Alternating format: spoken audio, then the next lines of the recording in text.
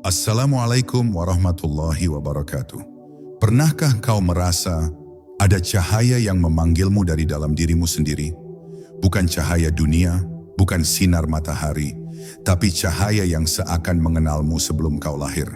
Cahaya yang menuntun langkahmu, bahkan saat kau tersesat dalam gelap. Ia memanggil lembut, tidak dengan suara, tapi dengan rasa yang sulit dijelaskan. Mungkin selama ini, kau mencarinya di luar, padahal ia bersemayam di dalam dirimu. Inilah cahaya ilmu yang membimbing bukan sekadar pada pengetahuan, tapi menuju surga yang sesungguhnya, surga yang bersemayam di hati yang mengenal Tuhannya. Bab 1. Permulaan cahaya. Dalam setiap jiwa yang hidup, ada ruang sunyi yang tak pernah benar-benar padam. Ruang itu menunggu sesuatu yang tidak bisa dijelaskan oleh kata, tidak bisa dicapai oleh pikiran, namun bisa dirasakan oleh hati yang mulai terjaga. Di saat dunia tampak ramai dan kesibukan menenggelamkan kesadaran, ada bisikan lembut dari langit yang berkata, "Kembalilah kepada sumber cahaya." Sebab manusia sejatinya bukan makhluk yang diciptakan untuk hidup dalam gelap. Ia berasal dari cahaya dan ia akan kembali kepada cahaya. Tapi tidak semua mata bisa melihat dan tidak semua hati mampu merasakan pancaran itu, kecuali bagi mereka yang hatinya telah lelah mencari makna dunia dan kini mulai rindu pulang kepada Tuhan. Cahaya ilmu adalah tanda pertama dari kasih sayang Allah kepada hambanya. Ia bukan sekadar pengetahuan yang dibaca dari lembaran, tapi sinar halus yang menyentuh hati yang bersih. Ketika Allah menghendaki seseorang untuk mengenalnya, maka ia tidak memberinya harta atau jabatan, tapi ia bukakan baginya jalan untuk memahami makna di balik semua ciptaan. Itulah cahaya ilmu, bukan sekadar tahu, tapi sadar. Sadar bahwa segala sesuatu memiliki arah kembali kepadanya.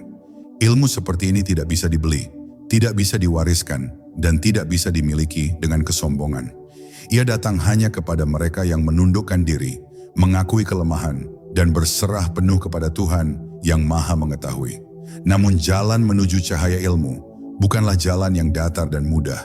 Ia penuh liku, penuh ujian, penuh peristiwa yang mengguncang hati, karena setiap lapisan gelap dalam diri harus disingkap agar cahaya bisa masuk.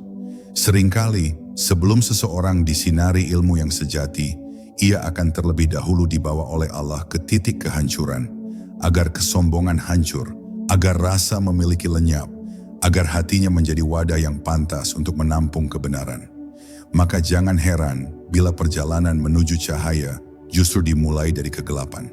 Sebab tanpa gelap manusia takkan pernah tahu betapa berharganya cahaya. Ketika cahaya itu mulai menembus dada, dunia tidak lagi tampak sama. Segalanya menjadi tanda. Setiap kejadian menjadi pelajaran. Setiap detak waktu menjadi ayat yang berbicara dalam diam. Ia mulai melihat bahwa Allah tidak pernah jauh, bahkan dalam kegagalan, kehilangan, dan kesepian, Allah sedang mendidik jiwa agar matang dalam pengenalan. Inilah saat di mana ilmu tidak lagi berhenti di kepala, tapi turun ke hati, lalu mengalir ke seluruh jiwa. Ia tidak sekadar menambah pengetahuan, tapi menyalakan kesadaran. Dan ketika kesadaran itu tumbuh, seseorang tidak lagi bertanya mengapa, tapi berkata dengan penuh tenang, "Inilah kehendaknya dan di dalamnya pasti ada rahmat." Dan disinilah awal perjalanan ruhani dimulai. Dari kesadaran bahwa hidup bukan tentang mencari dunia, tapi mencari makna di balik dunia. Dari pengakuan bahwa setiap langkah, setiap napas, setiap lintasan hati adalah bagian dari pendidikan ilahi. Cahaya ilmu yang sejati tidak datang dari bacaan atau guru semata, tapi dari Allah yang membimbing langsung hati seorang hamba. Dan ketika hati itu telah disentuh oleh cahayanya, maka ia tak akan pernah sama lagi. Ia akan berjalan dengan pandangan yang jernih, dengan hati yang tunduk, dan dengan langkah yang penuh keyakinan bahwa setiap ujung jalan, setiap takdir yang ia temui, semuanya hanyalah satu arah, menuju surga, tempat asal segala cahaya. Bab 2. Rahasia di balik ilmu. Ada ilmu yang lahir dari pikiran, dan ada ilmu yang lahir dari cahaya hati. Ilmu yang lahir dari pikiran hanya membawa pada perdebatan dan kebanggaan, tapi ilmu yang lahir dari cahaya hati membawa kepada pengenalan dan ketundukan. Di balik setiap pengetahuan yang tampak, sesungguhnya tersimpan rahasia yang halus, lembut, dan sulit dijangkau oleh mereka yang hanya menggunakan akal. Karena ilmu yang sejati tidak diukur dari seberapa banyak engkau tahu, melainkan seberapa dalam engkau menyadari kehadiran Allah di balik setiap sesuatu. Maka para pencari hakikat tidak hanya membaca huruf dalam kitab, tapi juga membaca tanda-tanda di alam. Mereka melihat ayat-ayat Tuhan bukan hanya di mushaf, tapi juga di dalam denyut napas mereka sendiri. Rahasia ilmu tidak terletak pada kata, tapi pada rasa yang terlahir ketika hati disentuh oleh makna. Hanya hati yang lembut dan bersih yang mampu merasakan sentuhan itu. Sebab ilmu yang hakiki bukanlah milik siapapun, ia milik Allah dan hanya diberikan kepada mereka yang ia kehendaki. Dan seringkali ilmu itu datang bukan melalui guru yang berbicara, tapi melalui ujian yang membuat seseorang tersadar. Allah mendidik jiwa manusia dengan cara yang tidak selalu bisa dimengerti. Ia mematahkan agar seseorang berhenti bergantung pada dirinya sendiri. Ia menutup jalan dunia agar seseorang belajar mencari jalan menuju langit. Disitulah ilmu rahasia bekerja, bukan dalam bentuk kata, tapi dalam bentuk kejadian yang mengubah hati. Setiap kali seorang hamba diuji, sebenarnya Allah sedang menyingkap tabir ilmu yang tersembunyi. Ia ingin agar manusia tidak sekadar tahu, tapi mengerti. Tidak sekadar membaca, tapi merasakan. Itulah mengapa ilmu ma'rifat disebut cahaya, karena ia menyingkap apa yang sebelumnya tertutup. Orang yang mendapatkannya tidak lagi memandang hidup dengan mata yang sama. Ia tidak melihat kekayaan sebagai kelebihan, tidak pula melihat kehilangan sebagai hukuman. Ia melihat keduanya sebagai bentuk kasih sayang Allah yang mengajarinya arti penyerahan.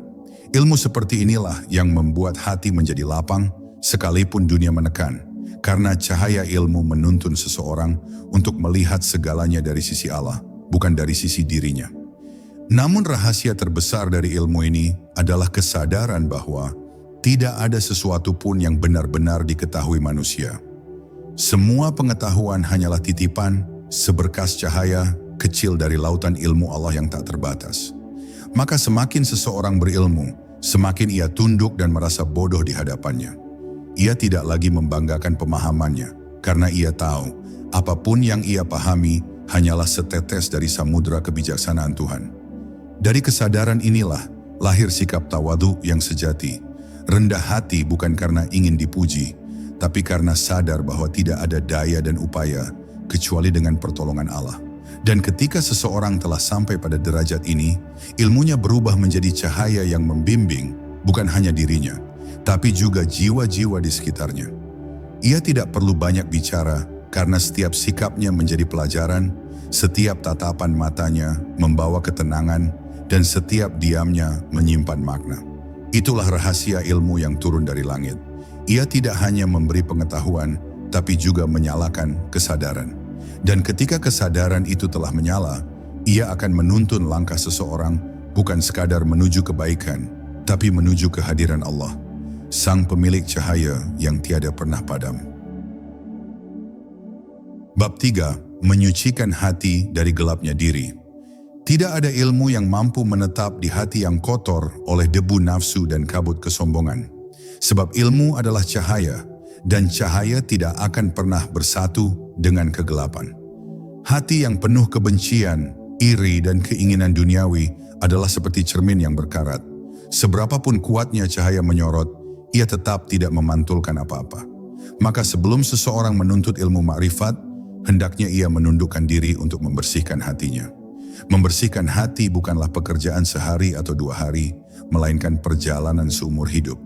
Perjalanan untuk menyingkirkan semua bayangan diri yang menutupi pandangan kepada Allah.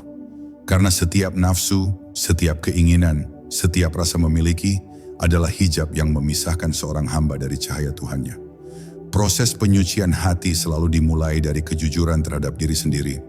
Berani mengakui bahwa masih ada kesombongan, masih ada cinta terhadap dunia, masih ada ketergantungan pada makhluk. Sebab pengakuan itulah yang membuka pintu pembersihan. Allah tidak meminta kesempurnaan, tapi kejujuran. Karena kejujuran itulah yang meluruhkan ego, dan disitulah cahaya mulai menetes ke dalam jiwa. Setiap kali seseorang menundukkan kepalanya dalam doa yang tulus, setiap kali ia menangis karena merasa jauh dari Allah, maka sebenarnya ia sedang mencuci hatinya dengan air rahmat. Air itu tidak terlihat, tapi dirasakan, menyejukkan, menenangkan, dan membuat dada lapang. Hati yang demikian perlahan menjadi lembut, dan ketika ia lembut, cahaya ilmu mulai bisa menembusnya. Ketika hati mulai bersih, seseorang akan melihat dunia dengan cara yang berbeda. Ia tak lagi melihat manusia sebagai musuh, tapi sebagai cermin untuk memahami dirinya sendiri.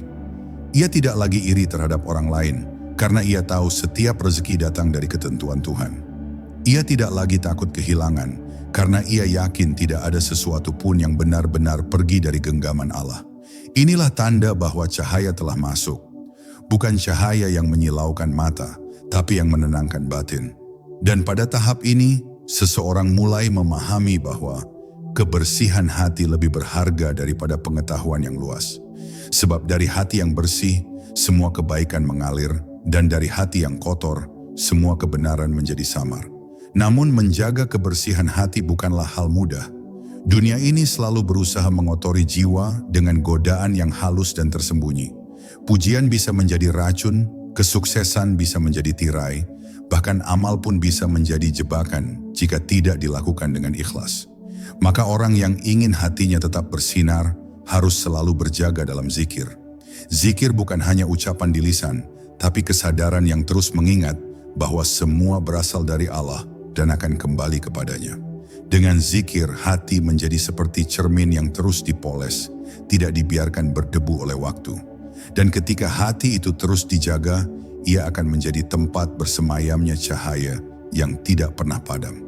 Dan pada akhirnya, penyucian hati bukanlah tentang menjadi suci, tapi tentang terus berusaha mendekat kepada kesucian. Setiap kali seseorang jatuh, ia bangkit kembali dengan lebih lembut. Setiap kali ia lupa, ia kembali mengingat. Setiap kali ia tersesat, ia mencari arah menuju Allah. Itulah perjalanan sejati seorang penuntut cahaya. Bukan perjalanan yang bebas dari dosa, tapi perjalanan yang dipenuhi dengan kejujuran dan kerendahan hati.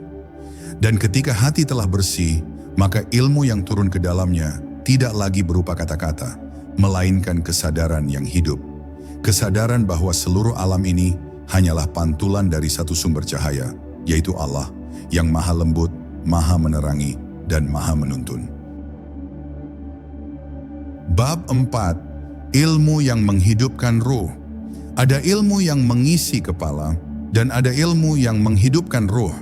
Ilmu yang hanya tinggal di kepala membuat seseorang banyak berbicara namun sedikit merasa, tapi ilmu yang turun ke ruh membuat seseorang sedikit merasa berbicara, namun setiap katanya mengandung kehidupan. Sebab ilmu yang menghidupkan ruh bukanlah hasil dari membaca, melainkan buah dari menyaksikan. Ia lahir dari perjumpaan batin antara seorang hamba dengan Tuhannya. Perjumpaan yang tak bisa diuraikan dengan kata, tapi bisa dirasakan dalam diam yang khusyuk. Ketika Allah menurunkan cahayanya ke dalam hati seorang hamba, maka seluruh dirinya akan hidup. Pandangannya menjadi jernih, langkahnya menjadi lembut, dan ucapannya menjadi hikmah yang menghidupkan hati orang lain. Ilmu yang menghidupkan ruh membuat seseorang tidak lagi memandang kehidupan dengan logika dunia, melainkan dengan pandangan cinta. Ia mulai melihat bahwa setiap kejadian, bahkan yang pahit sekalipun, adalah bagian dari pendidikan Allah yang penuh kasih. Sakit, kehilangan, dan ujian bukan lagi dianggap musibah, melainkan surat cinta dari langit yang mengajarkan ketundukan. Dari sana, seseorang belajar bahwa ilmu tidak hanya ditemukan di majelis, tapi juga dalam air mata, dalam kesabaran, dalam kesunyian malam, di mana ia berbicara kepada Tuhannya dalam bisikan lirih. Di titik itu, ilmu berubah menjadi kehidupan, dan kehidupan berubah menjadi ibadah. Setiap napas menjadi tasbih, setiap langkah menjadi pengabdian, dan setiap ujian menjadi jalan menuju kedekatan. Ruh yang hidup oleh ilmu tidak lagi terikat oleh bentuk luar. Ia tidak terpesona oleh dunia, karena yang ia lihat hanyalah kebijaksanaan Allah yang bekerja di baliknya. Ia tidak terhanyut oleh pujian, tidak pula runtuh oleh hinaan, sebab pusat hidupnya bukan lagi di luar dirinya, melainkan di dalam, di tempat di mana Allah menyalakan cahaya kesadaran. Ketika ruh telah hidup, maka dunia yang dulu menakutkan menjadi tenang, dan masa depan yang dulu penuh kekhawatiran menjadi damai. Sebab ruh yang hidup telah menemukan arah, ia tahu bahwa semua yang datang dari Allah pasti menuju kepada Allah. Namun untuk sampai ke tingkat ini, seseorang harus rela mati sebelum mati. Ia harus mematikan hawa nafsunya, mematikan kebanggaannya, mematikan keinginan untuk diakui. Sebab ruh tidak akan hidup selama ego masih memegang kendali. Dan anehnya, semakin seseorang melepaskan dirinya, semakin ia merasakan kehidupan yang sebenarnya. Itulah rahasia ilmu yang menghidupkan ruh. Semakin seseorang lenyap dalam kehendak Allah, semakin ia hidup dengan penuh makna. Inilah kehidupan yang tidak bisa dibeli, tidak bisa dibuat, dan tidak bisa dijelaskan. Ia hanya bisa dialami oleh hati yang telah menyerah total kepada Tuhan. Dan ketika ruh telah hidup, maka seluruh alam terasa berbicara. Langit seolah menunduk, bumi terasa bertasbih, dan waktu pun menjadi saksi dari kesadaran yang terus tumbuh. Segalanya tampak suci, karena ia kini memandang dengan mata ruh, bukan lagi mata jasad. Disitulah seseorang akan memahami bahwa ilmu sejati bukan untuk diketahui, tapi untuk dihidupi. Ilmu yang menghidupkan ruh adalah cahaya yang membimbing langkah hingga akhir, karena ia tidak hanya menuntun ke arah kebaikan, tapi langsung menuju kehadiran Allah. Dan barang siapa ruhnya hidup oleh ilmu ini, maka ia telah menemukan surga. Bukan di ujung perjalanan, tapi di dalam kesadaran yang selalu bersamanya. Bab 5. Menemukan Allah dalam ilmu. Ada masa dalam perjalanan ruhani ketika seseorang mulai menyadari bahwa seluruh ilmu yang ia cari selama ini hanyalah jalan menuju satu tujuan, menemukan Allah. Segala hafalan, bacaan, dan pelajaran ternyata hanyalah pintu, bukan istana. Ilmu menjadi berarti hanya ketika ia menuntun hati untuk mengenal sang pemilik ilmu. Tanpa itu semua pengetahuan hanyalah kumpulan kata yang hampa makna.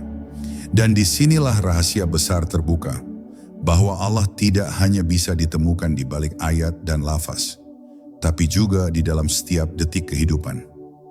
Ia ada di balik setiap kejadian, dalam setiap pertemuan, di setiap kehilangan, bahkan dalam setiap air mata yang jatuh tanpa suara. Allah tidak jauh, hanya pandangan manusia yang terlalu sibuk mencarinya di tempat lain. Menemukan Allah dalam ilmu berarti mulai melihat dengan pandangan yang tidak lagi terpisah. Tidak ada lagi aku dan engkau, yang ada hanya kesadaran bahwa seluruh keberadaan ini berdiri karena kehendaknya. Ketika seseorang membaca ayat, ia tidak hanya membaca huruf, tapi juga mendengar panggilan cinta dari Tuhannya. Ketika ia belajar tentang ciptaan, ia tidak sekadar kagum pada keindahan alam, tapi melihat kebijaksanaan yang dirajut oleh tangan ilahi. Setiap ilmu yang benar pada akhirnya membawa seseorang pada satu titik, bahwa tiada daya, tiada kekuatan, tiada keindahan, kecuali berasal dari Allah. Disitulah ilmu berhenti menjadi beban dan berubah menjadi pengingat yang menenangkan. Namun untuk benar-benar menemukan Allah dalam ilmu, seseorang harus melepaskan rasa memiliki terhadap ilmu itu sendiri. Sebab selama ia merasa bahwa ini ilmuku, hasil pemikiranku, penemuanku, maka ia masih terhalang oleh dirinya sendiri.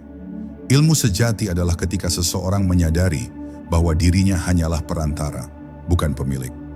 Bahwa setiap pemahaman yang ia capai, setiap hikmah yang ia temukan, hanyalah anugerah yang dititipkan sementara oleh Allah. Dari kesadaran inilah lahir sikap tunduk dan syukur yang mendalam. Ia tidak lagi berbicara untuk membuktikan kepintaran, tapi untuk menyampaikan kebenaran yang dipercayakan padanya. Dan setiap kali ia mengajarkan ilmu itu, hatinya bergetar, karena ia sadar bahwa yang berbicara sejatinya bukan dirinya, melainkan Allah yang sedang menyampaikan hikmah melalui lisannya. Menemukan Allah dalam ilmu juga berarti berani menelusuri diam.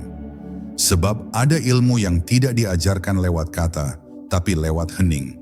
Ketika seseorang duduk dalam keheningan malam dan hatinya berzikir dalam diam, disitulah pintu-pintu makrifat terbuka. Ia mulai mengerti hal-hal yang tidak pernah ia baca, memahami rahasia yang tidak pernah ia pelajari. Sebab Allah sendiri yang mengajar hati itu tanpa perantara. Inilah ilmu laduni, ilmu yang diberikan langsung oleh Tuhan kepada mereka yang hatinya telah bersih dan siap menampung kebenaran. Di sini seseorang tidak lagi sibuk menanyakan bagaimana, karena ia sedang menyaksikan mengapa. Dan penyaksian itu menumbuhkan cinta yang begitu dalam, yang membuatnya tak ingin lagi jauh dari kehadiran Allah. Ketika akhirnya seseorang menemukan Allah dalam ilmunya, seluruh kehidupannya berubah menjadi ibadah. Ia tidak lagi memisahkan antara belajar dan berzikir, antara bekerja dan berdoa. Semuanya menjadi satu kesadaran bahwa Allah selalu bersama, selalu hadir, selalu membimbing. Ia tidak lagi mencari bukti tentang keberadaan Allah, karena keberadaan itu kini menjadi nafasnya sendiri. Setiap langkah menjadi bentuk syukur, setiap pandangan menjadi zikir, dan setiap kata menjadi doa yang hidup. Di titik ini, ilmu telah mencapai puncaknya, bukan ketika seseorang tahu banyak, tapi ketika ia sadar sepenuhnya bahwa tidak ada yang benar-benar ia tahu, kecuali apa yang Allah perlihatkan kepadanya. Dan kesadaran itu, itulah cahaya ilmu yang sesungguhnya. Cahaya yang tidak hanya menerangi jalan menuju surga, tapi menyalakan surga di dalam hatinya. Bab 6. Cahaya yang menuntun di alam gelap. Setiap jiwa akan melewati masa-masa gelap, masa di mana doa terasa hampa, hati terasa jauh, dan arah seolah menghilang. Itulah saat di mana Allah sedang menguji apakah cahaya dalam dirimu lahir dari kenyamanan atau dari keyakinan yang sejati. Sebab dalam kegelapan itulah hakikat ilmu diuji. Ilmu yang hanya dihafal akan padam di tengah malam ujian, tapi ilmu yang telah menjadi cahaya dalam dada akan terus memancar, bahkan ketika seluruh dunia memunggungi. Dan disitulah seseorang belajar bahwa cahaya yang sejati tidak datang dari luar, melainkan dari dalam. Dari hati yang terus percaya bahwa meski ia tak melihat jalan, Allah tetap menuntunnya. Cahaya itu bukan cahaya yang bersinar terang seperti matahari, tapi cahaya yang lembut seperti rembulan di tengah gelap. Ia tidak menyilaukan, tapi menenangkan. Kadang kecil, kadang nyaris padam, tapi tak pernah benar-benar hilang. Cahaya itu adalah iman, benih yang tumbuh dari ilmu yang hidup. Ketika seseorang memahami bahwa semua yang terjadi berasal dari Allah, maka ketakutan kehilangan pun mulai luruh.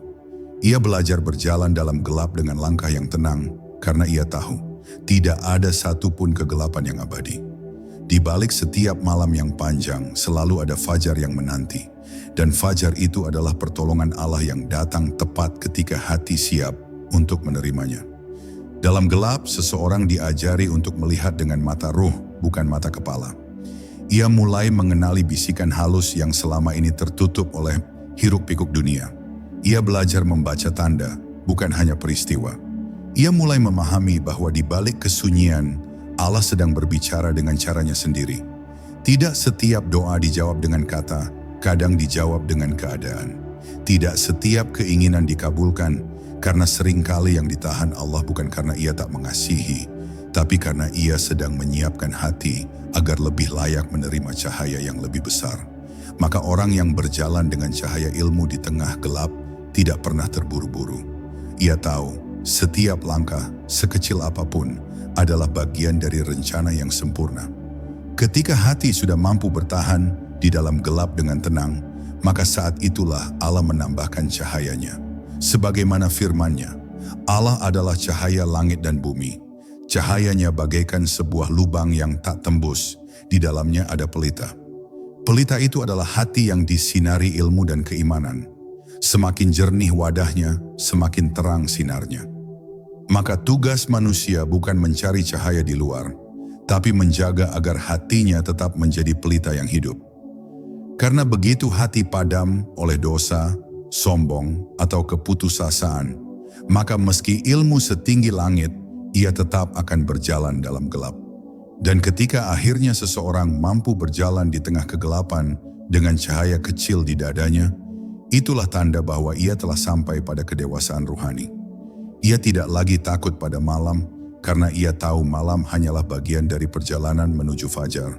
Ia tidak lagi bertanya kapan Allah menolongku, karena ia telah menyadari bahwa setiap tarikan napas adalah pertolongan itu sendiri. Cahaya ilmu yang hidup di dalam hati akan menuntunnya melampaui setiap kesulitan.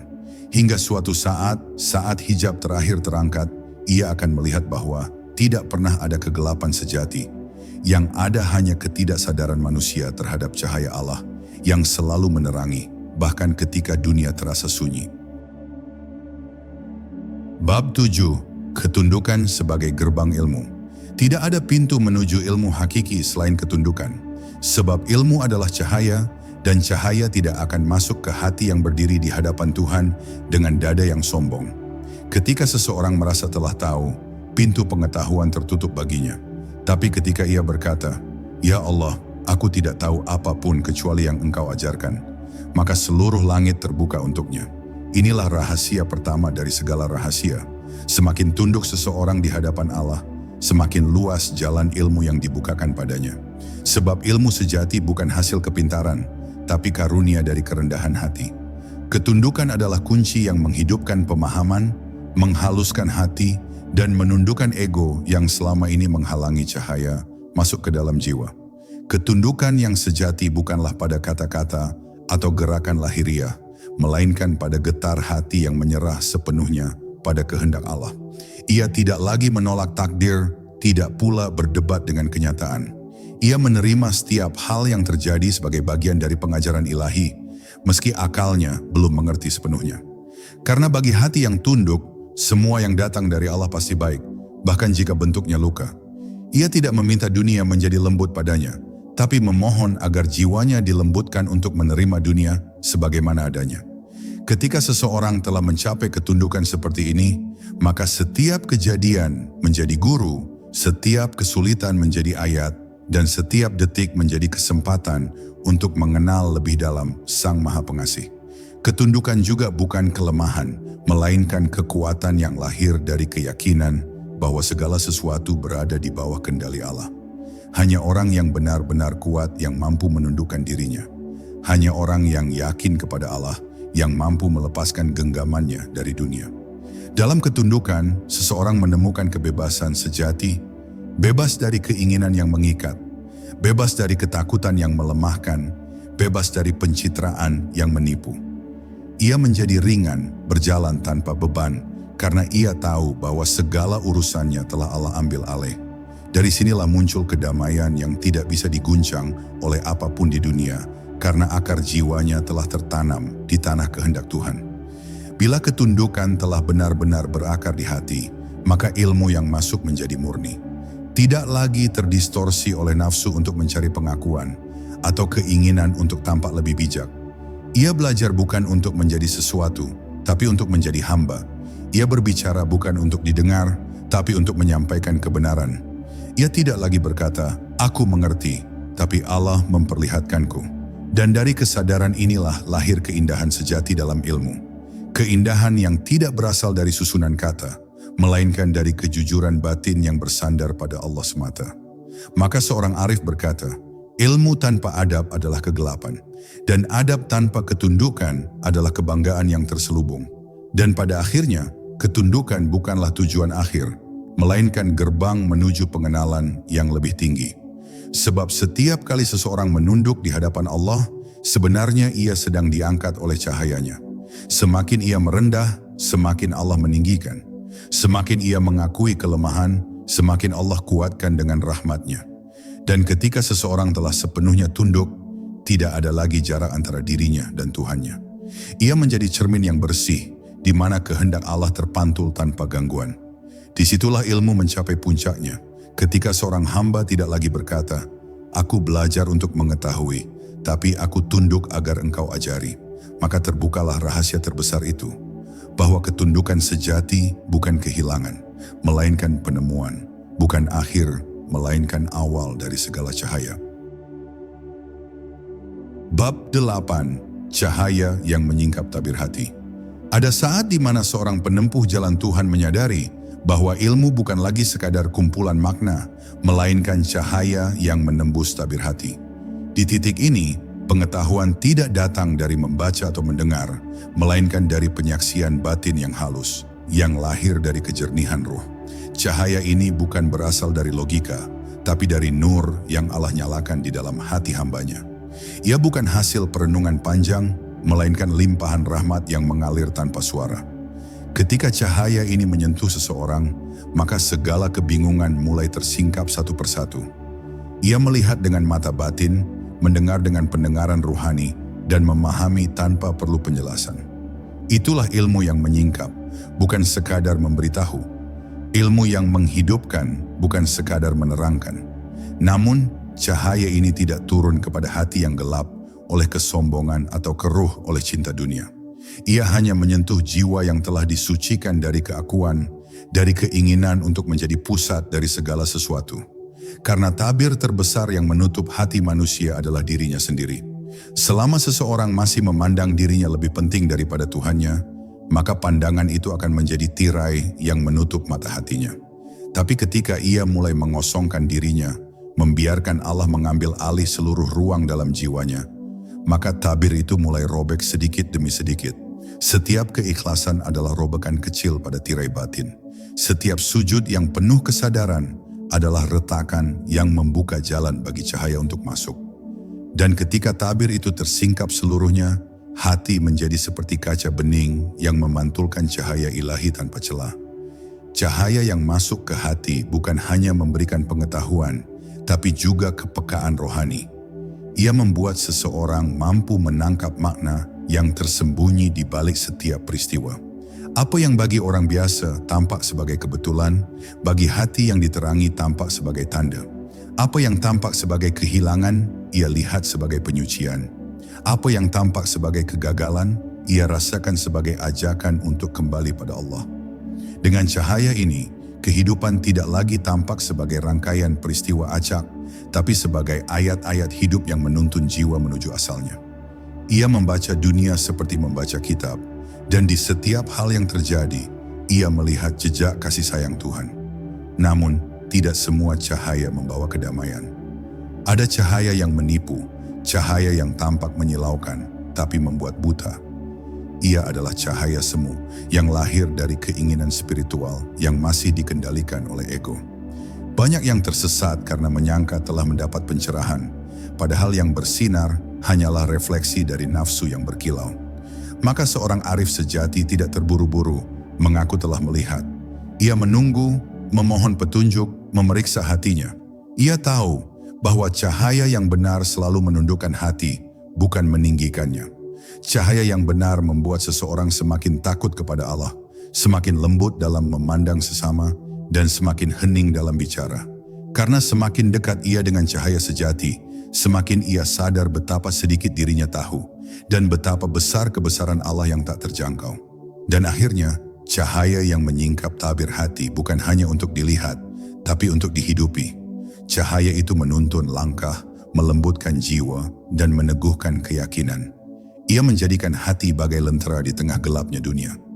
Dengan cahaya ini, seorang hamba berjalan tanpa takut, karena setiap langkahnya diterangi oleh petunjuk ilahi. Ia tidak lagi mencari tanda di luar dirinya, karena tanda terbesar telah menyala di dalam dadanya.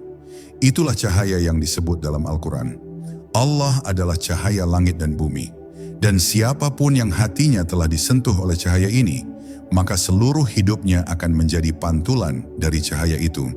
Lembut, tenang, dan penuh keindahan yang berasal dari Tuhan. Bab 9. Diam yang mengajarkan segalanya. Dalam perjalanan menuju cahaya ilmu, ada satu tahap yang tidak dapat dilewati oleh siapapun. Keheningan, sebab ada ilmu yang tidak bisa ditemukan dalam kata-kata, tidak dapat dijelaskan dengan bahasa, dan hanya bisa dirasakan oleh hati yang diam. Diam bukan berarti tanpa suara, melainkan keadaan di mana jiwa berhenti berdebat dengan takdir dan berhenti mencari pembenaran bagi dirinya sendiri. Di sanalah, di tengah sunyi yang dalam, Allah berbicara kepada hati dengan bahasa yang tidak memakai huruf. Seperti bisikan lembut di antara dua napas, seperti cahaya yang muncul tanpa sumber, seperti rasa yang tidak dapat diucapkan, tapi membuat seluruh jiwa memahami. Inilah ilmu yang datang bukan dari berpikir, tapi dari hening yang disinari oleh kehadiran ilahi. Keheningan sejati bukan sekadar menutup mulut, melainkan menenangkan pikiran yang terus berisik dengan urusan dunia. Pikiran manusia ibarat ombak di permukaan laut, selalu bergerak, selalu gelisah, tak pernah diam. Tapi di kedalaman samudra, air itu tenang dan jernih, di sanalah rahasia besar disembunyikan. Maka orang yang ingin mengenal Allah harus belajar menyelam ke kedalaman dirinya sendiri. Ia harus berani menembus riuh pikirannya, menyingkirkan suara ego yang menuntut, dan duduk diam di hadapan Allah dengan hati yang terbuka. Dalam diam itulah muncul kesadaran yang tidak bisa dibeli oleh ilmu dunia manapun. Kesadaran bahwa semua yang ada hanyalah bayangan dan yang nyata hanyalah Allah. Diam juga adalah bentuk adab di hadapan Tuhan. Sebab seorang hamba yang arif tahu bahwa tidak layak ia terlalu banyak berbicara di hadapan Sang Pencipta. Ia memilih untuk mendengar, bukan untuk berbicara, untuk menyaksikan, bukan untuk menilai. Ia tahu bahwa setiap kata yang keluar dari mulutnya adalah cermin dari isi hatinya. Maka ia berhati-hati, sebab ia takut mengucapkan sesuatu yang tidak diridai oleh Allah. Dari diam yang penuh adab inilah lahir kedalaman makrifat. Sebab semakin seseorang menunduk dalam diam, semakin Allah memperdengarkan padanya rahasia yang tidak didengar oleh telinga biasa. Itulah sebabnya para wali dan kekasih Allah sering dikenal, bukan dari banyaknya ucapan mereka, tapi dari keheningan yang memancarkan makna. Namun, diam tidak selalu mudah. Ego manusia ingin selalu terdengar, ingin selalu benar, ingin selalu tampil. Maka diam adalah ujian besar bagi hati yang belum berserah. Ia menuntut keberanian untuk membiarkan dunia berlalu tanpa perlu membela diri, tanpa perlu menjelaskan siapa kita. Diam di hadapan kebohongan, diam di hadapan fitnah, diam di hadapan ketidakadilan. Bukan karena takut, tapi karena percaya bahwa Allah adalah pembela yang paling adil. Disitulah diam berubah menjadi kekuatan rohani. Sebab ketika seseorang mampu menahan diri untuk tidak membalas dengan kata, ia sedang menyerahkan urusannya langsung kepada Tuhan. Dan Allah tidak pernah diam terhadap hamba yang diam karenanya. Akhirnya diam adalah gerbang menuju pendengaran hakiki, pendengaran hati terhadap bisikan ilahi. Setelah semua suara dunia mereda, setelah semua keinginan manusia terbungkam, yang tersisa hanyalah suara Allah yang memanggil dengan lembut, "Aku dekat." Maka siapapun yang mampu menjaga diamnya, ia akan mendengar sesuatu yang tidak bisa dijelaskan. Ia akan merasakan kedekatan yang tidak bisa diungkapkan. Disitulah, dalam sunyi yang penuh cahaya, ia mengerti makna sejati dari firman Allah. Bukankah dengan mengingat Allah hati menjadi tenang? Sebab ternyata ketenangan itu bukan hasil dari banyak bicara, tapi dari diam yang mendengarkan suara Tuhan di dalam jiwa. Bab 10, kembali pada cahaya asal.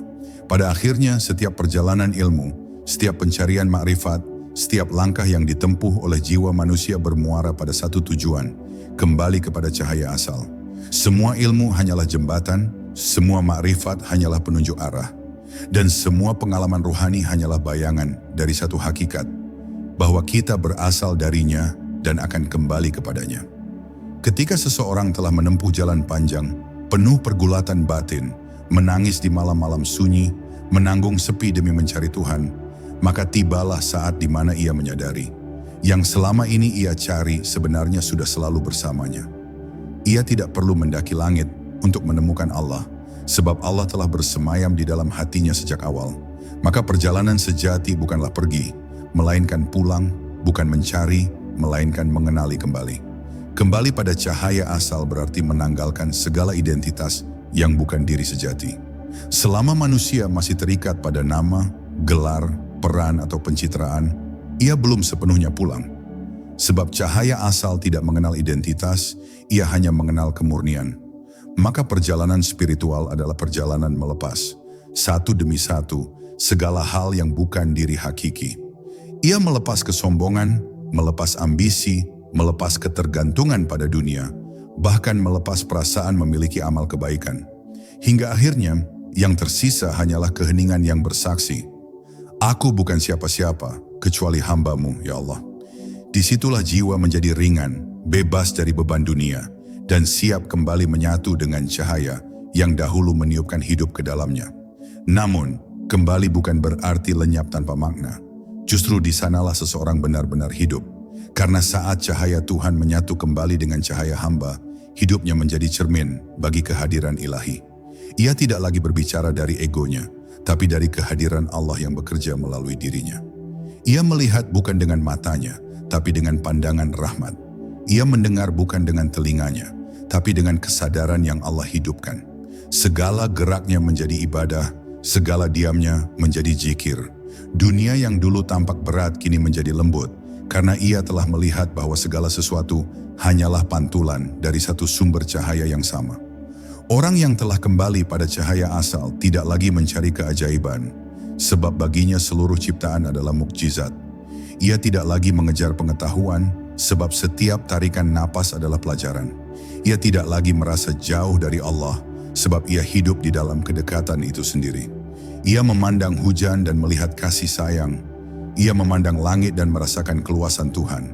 Ia melihat manusia, bahkan yang paling hina sekalipun, dan menyadari bahwa di dalamnya juga bersemayam secercah cahaya ilahi.